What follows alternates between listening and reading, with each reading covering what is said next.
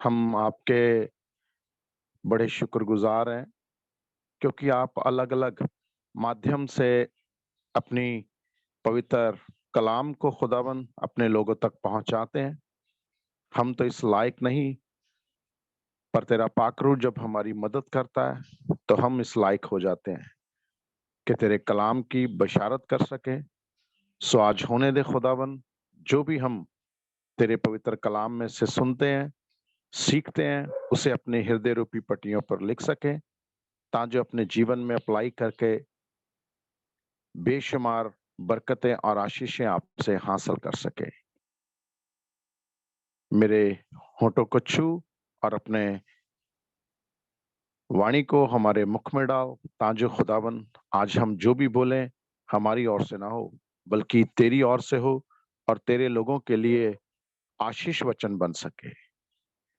इस पूरी टीम को, अपने आप को, आगे के समय को आपके हाथों में देते हैं। हमारी विनती को सुने और स्वीकार करें। विनती प्रार्थना प्रभु यीशु मसीह के नाम से मांगते हैं, आमीन।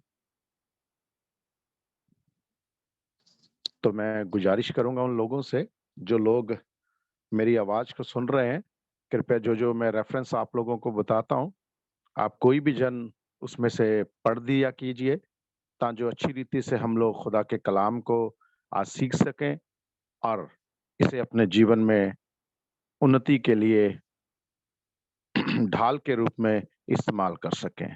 तो जैसा कि हम सब जानते हैं, लेंट डेज पास में है और हम लोग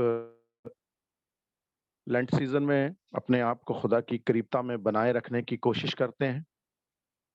लेकिन आज हम सीखेंगे खुदा के पाक कलाम से कि खुदा हमारी ज़रूरतों को किस रीति से पूरा करता है, चाहे वो आसमानी हो, चाहे वो दुनियावी हो, चाहे वो फिजिकली हो, चाहे वो फाइनेंशियली हो। जो भी हमारी ज़रूरतें हैं, उन सबको खुदावन किस रीति से पूरा करता है और उसे पूरा करने के लिए हमें क्या करना होता है, आज हम खुदा के कलाम में से सीखेंगे। और जब हम उसे करते हैं, तो किस रीति से खुदा हमारी ज़रूरतों को पूरा करता है। तो आइए हम आज के पाक कलाम की ओर चलें। सबसे पहले पढ़ेंगे हम लोग भजन संहिता, उसका 138 अध्याय, उसका 8 वचन। कृपया जिसे भी मिलता है वो पढ़ दे, ताकि जो सब लोग अच्छी रीति से खुदा के पाक कलाम को सीख सकें। भजन यहोवा संहिता, मेरे लिए सब कुछ पूरा करेगा। बस थैंक यू। हे देखिए, यहोवा, नहीं बस हो गया सर। यहोवा मेरे लिए क्या करेगा? सब कुछ पूरा करेगा। जिन कामों को आपका पैसा, रुपया, पैसा नहीं कर सका पूरा, जिन कामों को आपका स्टेटस पूरा नहीं कर सका, आपकी जान पहचान पूरी नहीं कर सकी, आपके अजीज रिश्तेदार नहीं पूरा कर सके, उन कामों को यहोवा क्या करेगा? मेरे लिए और आपके लिए पूरा करेगा। राजा दाऊद के द्वारा खुदावन का ये वादा है। और इस बात को हम जब पढ़ते हैं तो सोचते हैं कि क्यों हमारा ही खुदा हमारी सब कामों को पूरा करेगा? क्यों कोई और ऐसा नहीं हमारे खुदा जैसा जो हमारी सारी ज़रूरतों को पूरा कर सके, हमारे सारे कामों को जिसे आज तक हम पूरा नहीं कर सके, उन्हें पूरा कर सके। क्यों ऐसा क्यों कि हमारे खुदावंद ही है जो पूरा करेगा? तो इस बात की पुष्टि करने के लिए हम पढ़ेंगे मत्ती रचित सुसमाचार, उसका 28 अध्याय, उसका 18 पद। मत्ती रचित सुसमाचार, उसका 28 अध्याय, उसका 18 वचन। यीशु ने उनके पास आकर कहा, स्वर्ग और यीशु पृथ्वी का ने उनके पास आकर कहा, स्वर्ग और पृथ्वी का सारा सारा अधिकार अधिकार मुझे दिया गया है। आपको जमीनी आशीषें चाहिए, आसमानी आशीषें चाहिए, जैसी भी आशीषें आपको चाहिए, और जो जो काम आपके जीवन में आज तक पूरे नहीं हो पाए हैं, उन सभी को खुदावंद यीशु मसीह पूरा करेगा, क्योंकि स्वर्ग और पृथ्वी का सारा अधिकार है उसके पास है। उसके अलावा और किसी के पास स्वर्ग और पृथ्वी का अधिकार नहीं। ये सारे का सारा अधिकार खुदावंद यीशु मसीह के पास है और वो अपने अधिकार के द्वारा आपके सारे कामों को क्या करेगा? पूरा करेगा। और उसी अधिकार से जो उसे अपने पिता से मिला है, स्वर्ग और पृथ्वी का, उसी अधिकार से वो उन लोगों को अपनी दोनों बाहें पसार कर आवाजें लगाता है। मत्ती की अंजील उसका 11 अध्याय उसका 28 पद में कि हे बोझ से थके मांदे लोगों, मेरे पास आओ, मैं तुम्हें क्या दूंगा? आराम दूंगा। क्योंकि जब तक इंसान के काम पूरे नहीं हो जाते, जब तक जरूरतें पूरी नहीं हो जाती, जब तक उसकी इच्छाएं पूरी नहीं हो जाती, उसके जीवन में ना तो आराम मिलता है उसे, ना ही चैन मिल पाता है। लेकिन खुदावंद यीशु मसीह के पास स्वर्ग और पृथ्वी का अधिकार है और राजा दाऊद के द्वारा वो हमसे वादा करता है कि यहोवा मेरे कार्य को पूरा करेगा। इसलिए वो उस अधिकार से जो उसे मिला है, अपनी दोनों बाहें पसार कर हम में से हर एक जरूरतमंद को जिसके कार्य आज तक पूरे नहीं हुए आवाज लगाता है कि हे बोझ से थके दबे लोगों, मेरे पास आओ, मैं तुम्हें आराम दूंगा। मैं मेरे और आपके कार्यों को पूरा करके वो हमें आराम देना चाहता है। पर आराम तब आएगा जब हम उसकी बुलाहट पर उसके पास आएंगे। इसीलिए भजन संहिता उसका 55 अध्याय उसका 22 पद हमें सिखाता है। राजा दाऊद बताता है कि हमें उसके पास आकर क्या करना है। जब वो बुलाए तो हमें बिना देरी से उसके पास जाना चाहिए, और जब हम उसके पास चले गए तो हम क्या करें? हाँ जी, पढ़ दीजिए सर। भजन संहिता उसका 55 का 22। अपना बोझ यहोवा पर डाल दे, हाँ, वह तुझे संभालेगा। जब वो आपको बुलाता है, तो जब आप उसके पास जाएं तो एक निश्चय कार्य कीजिए कि अपना बोझ यहोवा पर डाल दो। वह तुम्हें क्या करेगा? संभालेगा। वह आपकी सारी इच्छाओं को, आपकी सारी जरूरतों को पूरा करेगा। जो जो लोग अपना बोझ उस पर डाल देते हैं, उन सबों को खुदा संभालने का प्रॉमिस करता है। इसलिए अगर आज तक हमारे जो कार्य पूरे नहीं हुए हैं, उनका बोझ हमारे दिमाग पर है, हम उस बोझ को खुदावन पे डाल दें। जो बोझ हमारे दिल पर हैं, उस बोझ को हम अपने खुदा के ऊपर डाल दें, क्योंकि खुदावन ने हमसे वादा किया है दाऊद के द्वारा कि अपना बोझ यहोवा पर डालो तो वह तुम्हें क्या करेगा? संभालेगा। और जब उसने संभाल लिया तो वह हमारे कार्यों को भी पूरा करेगा। तो आइए हम उदाहरण के तौर पर देखेंगे किन किन लोगों ने अपना बोझ खुदा पर डाला और किस रीति से खुदा ने उनके कार्यों को संपन्न किया, उनके कार्यों को पूरा किया। सबसे पहले हम लोग देखते हैं हन्ना को। हन्ना हर साल इबादत करने के लिए अपने पति के साथ यरूशलेम जाया करती थी।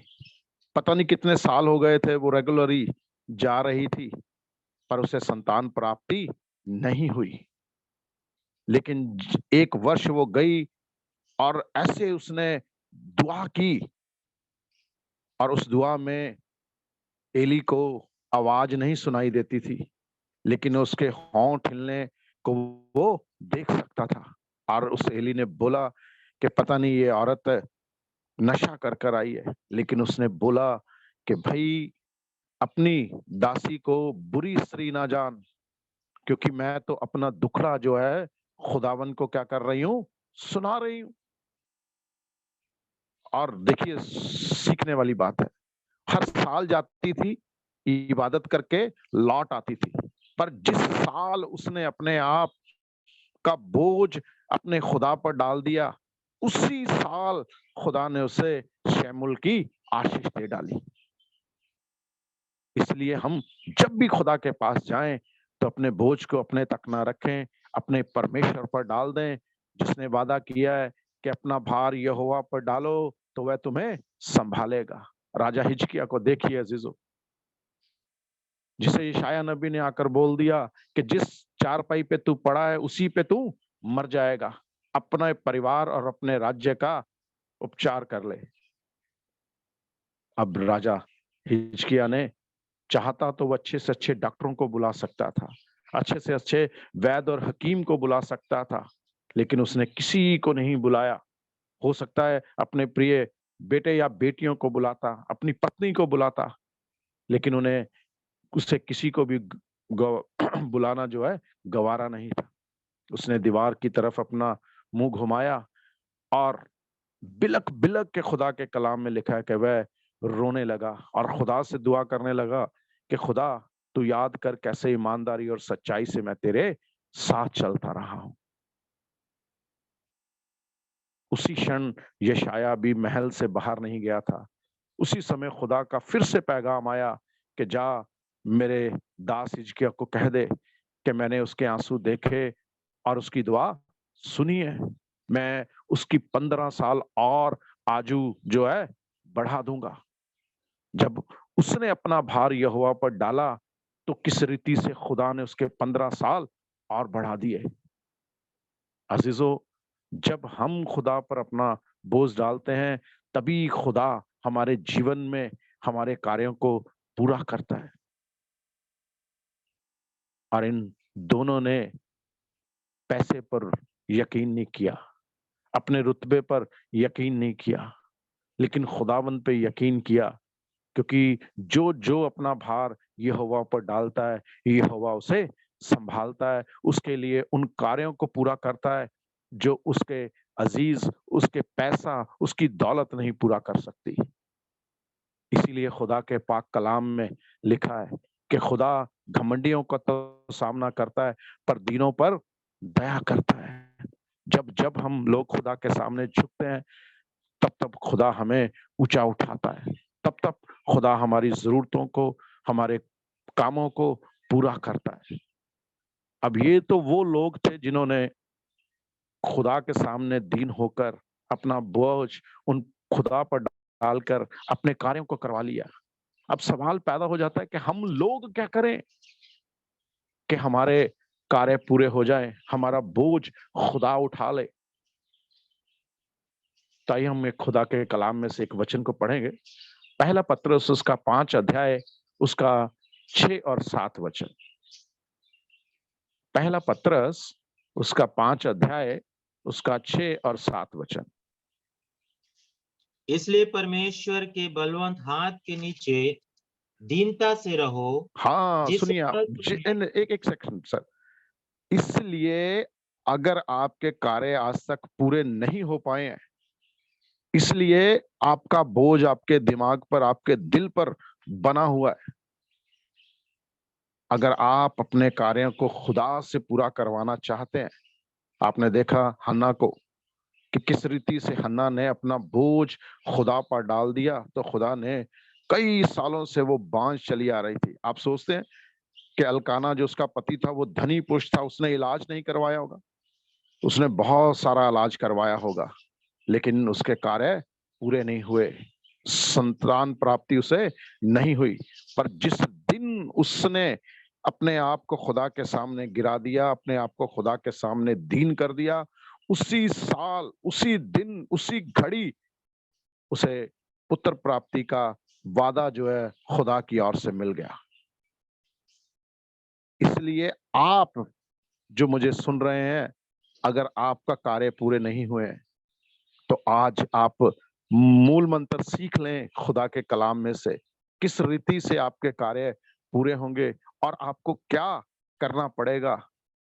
बस खुदा का कलाम बताता है कि आप अपने आप को खुदा के सामर्थी हाथ के नीचे दीन बनाए रखिए। हाँ जी सर। हाँ जी पढ़ दीजिए। जिससे वह तुम्हें उचित समय पर बढ़ाए, हाँ, अपनी जिससे वह सारी चिंता। तुम्हें एक सेकंड सर, जिससे वह तुम्हें उचित समय पर क्या करे, बढ़ाए। हन्ना के पास दौलत थी लेकिन औलाद नहीं थी। उसकी सौतन उसे अपने बच्चे तक उठाने नहीं देती होगी। उसके आस पड़ोस के लोग जिनके बच्चे थे वो उसके पास उससे जाने नहीं देते होंगे। अजीजों, सोच के देखिए आप, उस समय उसके लिए कितना बुरा समय रहा होगा। और वो सोचती होगी कि काश अभी मेरे औलाद हो जाए। जो लोग खुदा के बलवंत हाथ के नीचे दीनता से रहते हैं, खुदा उन्हें उचित समय पर क्या करता है? बढ़ाता है। उचित समय यानी जब उसको जिस चीज की जरूरत होती है, उसके लिए वो कार्य को वो पूरा करता है। हिजकिय्याह राजा, दौलत थी उसके पास, चाहता तो अपने मंत्री संतरियों को बोलकर अच्छे से अच्छा वैद्य, अच्छे से अच्छा डॉक्टर अपने राज्य का अपने पास बुला सकता था, लेकिन उसे पता था कि खुदा ही मुझे जिंदगी दे सकता है, दूसरा कोई नहीं। इसलिए उसने अपना दीवार की तरफ मुंह किया और बिलक बिलक के खुदा के आगे दीन हो गया, अपना पूरा बोझ खुदा पर लाद दिया।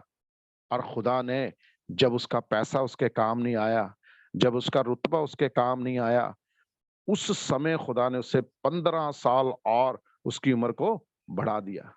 जो अपने आप को खुदा के बलवंत हाथ के नीचे दीनता से रखता है, खुदा उसे उस समय बढ़ाता है उस समय बढ़ाता है जब उसे उस चीज की जरूरत होती है। इसलिए मैं और आप अगर चाहते हैं कि खुदा हमारे लिए कार्य करे, तो हम अपने आप को खुदा के सामर्थी हाथ के नीचे क्या करें? दीनता से रखें, ताकि वो उचित समय पर हमें बढ़ा सके। हाँ जी सर, आगे। अपनी सारी चिंता उसी पर हाँ, डाल दो। अपनी सारी चिंता क्या करो? उसी पर डाल दो। अपने बॉस पर नहीं, अपने पिता पर नहीं, अपने उस बेटे पर नहीं जो सरकारी जॉब करता है, अच्छा बिजनेस करता है।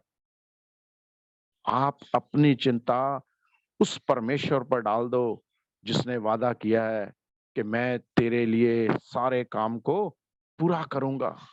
उससे उससे अपने बोझ डाल दो, अपनी सारी चिंता उस पर डाल दो जो कहता है कि मैं तुम्हें संभालूंगा।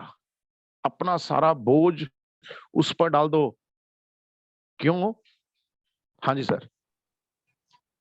क्योंकि उसको तुम्हारा ध्यान है। हाँ, क्योंकि उसको तुम्हारा क्या है? ध्यान है। तुम्हें कब किस चीज की जरूरत है।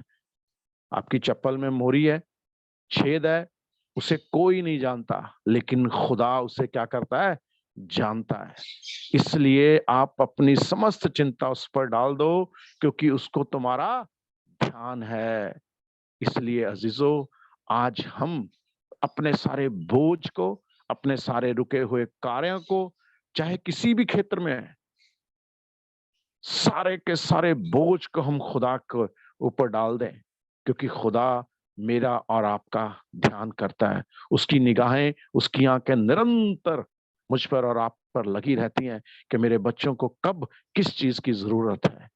तो जो जो अपना बोझ उस पर डालता है, जो जो अपने आप को उसके बलवंत हाथ के नीचे दीन करता है, खुदा उसको सही समय पे उन्नत करता है। और जो जो आज इस मीटिंग के माध्यम से अपना बोझ उस पर डालेगा, खुदा का कलाम बताता है कि निश्चय खुदा आज उसे आशीष देगा। हागे नबी की पुस्तक, उसका 2 अध्याय, उसका 19 पद। हागे नबी की पुस्तक, उसका 2 अध्याय, उसका 19 पद।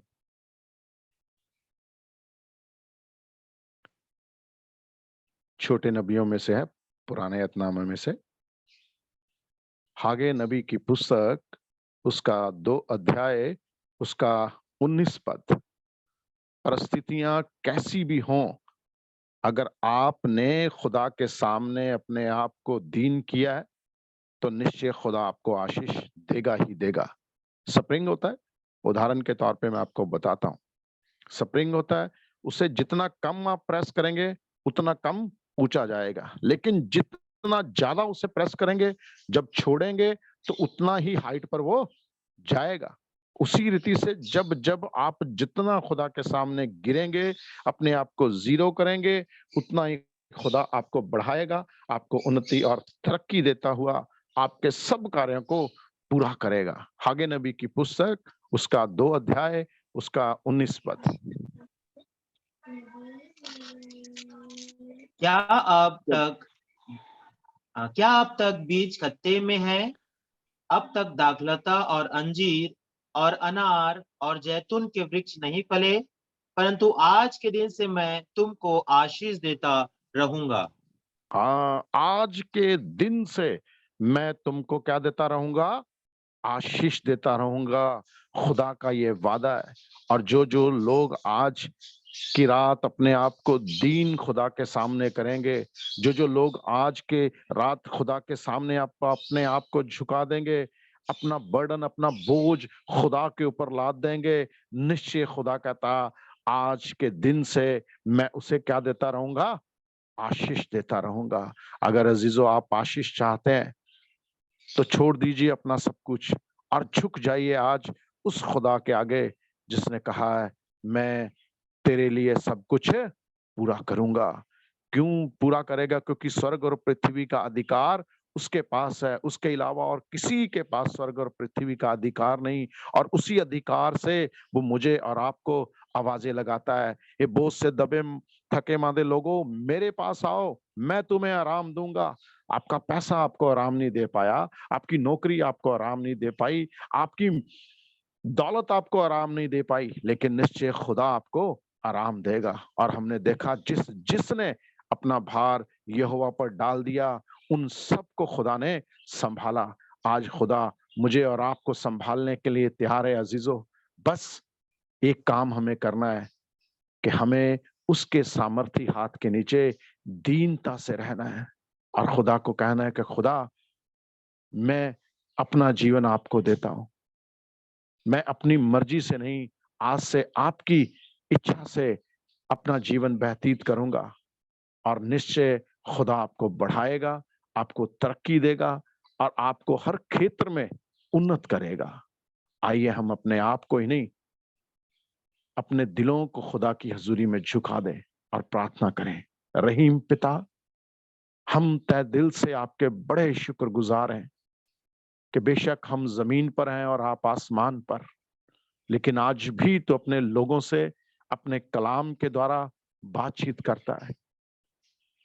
और आज हमने देखा कि किस रीति से तूने उन लोगों को जिन्होंने अपने आप को तेरे सामने शून्य कर दिया, किस रीति से तूने उन्हें सही समय पर उन्नत किया।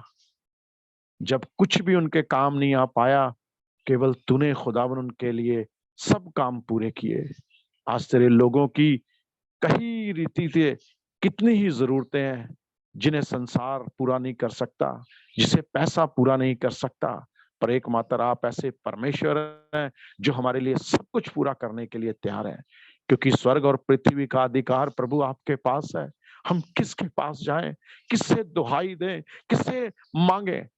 इसलिए पिता, आज हमारी दिली दुआ है, जो जो आपसे जो जो कुछ मांगता है आप अपने स्वर्गीय भंडारों से उसे प्रदान कीजिए, ताकि निरंतर हम सब तेरे सामने दीनता से अपना जीवन गुजारने वाले बन पाए।